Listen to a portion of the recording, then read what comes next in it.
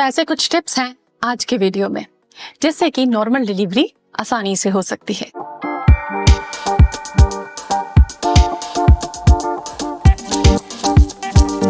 Hello and welcome again. आज आप सभी के लिए मेरे पास एक बहुत ही खूबसूरत सा सरप्राइज है और मुझे बताते हुए बहुत खुशी हो रही है कि आप सब के लिए हमने अपना डाइट क्लिनिक लॉन्च किया है। आप सभी से रिक्वेस्ट है कि आप प्रेरणास डाइट क्लिनिक पर भी हमें फॉलो करें, सब्सक्राइब करें, आप वहां हमसे मिलें। क्या खास है प्रेरणास डाइट क्लिनिक में वो आप जान लीजिए कि यहाँ पर आपकी पूरी फैमिली की कोई भी हेल्थ इश्यूज है उसको हम न्यूट्रिशनल थेरेपी से सॉल्व करना सिखाएंगे। कुकिंग कैसे करनी है उस डिजीज में, क्या खाना है क्या नहीं खाना है, पूरी थेरेपी में वहां पर डिजीज स्पेसिफिक आपके साथ में शेयर करने वाली हूँ। तो अभी डिस्क्रिप्शन में दी गई लिंक से आप प्रेरणास डाइट क्लिनिक को सब्सक्राइब कर लें। नॉर्मल डिलीवरी 9वें महीने में जब आपके 37 वीक कंप्लीट हो जाते हैं, जो आपकी मेडिकल कंडीशन होती है, बेबी पोजीशन होती है, उस पर भी निर्धारित है, उस पर भी डिपेंड करता है। लेकिन अगर आप नॉर्मल डिलीवरी चाहती हैं तो उसकी तैयारी आप 9वें महीने तो नहीं कर सकती, लेकिन उसकी तैयारी आप अपनी पूरी प्रेगनेंसी में एक सुंदर रूटीन को फॉलो करके कर सकती हैं। अब वो क्या टिप्स हैं, क्या आपको करना चाहिए, ये सीखते हैं। और ये सब कुछ डिटेल में सीखने के लिए आप हमारे हर एक टॉपिक पर डिटेल वीडियो देख सकती हैं, जैसे खून कैसे बढ़ाना है, पानी की मात्रा कैसे बढ़ाएं, प्रोटीन कैसे बढ़ाएं, स्नैक्स में क्या खाएं जो बहुत नरिशिंग हो, बच्चे का वजन कैसे बढ़ाएं, वर्कआउट कितना करें, कैसे करें आदि। तो आप हमें सब्सक्राइब करें, फॉलो करें और अदर वीडियोस से भी जानकारी लें ताकि आपको लाभ मिल सके। सो नॉर्मल डिलीवरी के लिए क्या प्रो टिप्स हैं? टिप नंबर 1, आपका हीमोग्लोबिन का लेवल यानी शरीर में खून की मात्रा कम नहीं होनी चाहिए। अगर हीमोग्लोबिन का लेवल कम होता है तो आपकी प्रेगनेंसी में बच्चे को नरिशमेंट मिलने में भी समस्या होती है।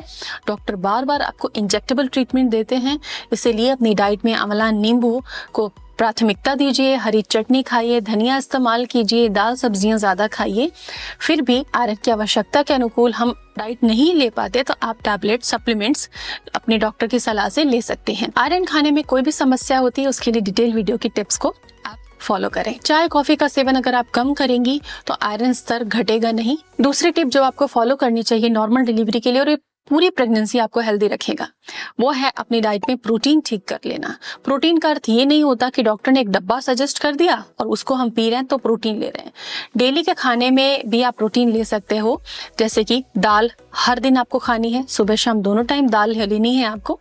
तरीके बदल सकते हैं आप, रेसिपीज आप अलग अलग ले सकते हो जिससे कि आपको इंटरेस्ट बना रहे।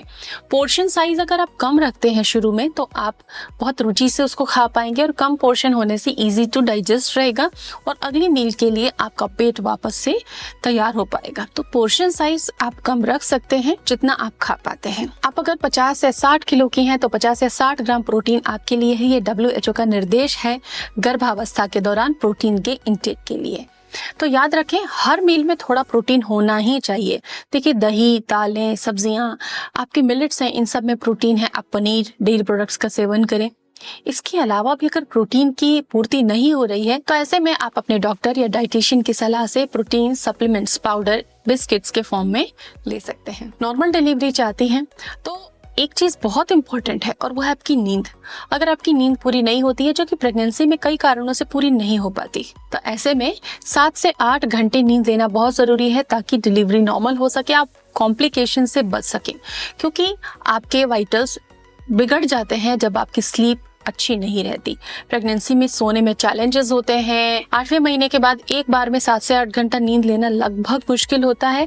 तो आपको जब समय मिले पर्याप्त आराम करें जिससे शरीर को अच्छे से रिलैक्सेशन मिले, स्लीप कंप्लीट मिल सके। कम नींद लेने की वजह से आपके स्वभाव में चिड़चिड़ापन, भूख न लगना, मेटाबॉलिज्म गड़बड़ होना, कमजोरी रहना और ब्लड प्रेशर में फ्लक्चुएशन होना देखा जा सकता है। किसी भी तनाव या एंजाइटी की परिस्थितियों से आप अपनी गर्भावस्था में दूर रहें। अगर कोई आपको बैड न्यूज देता है, गलत खबर सुनाता है, इन चीजों से आप बचें।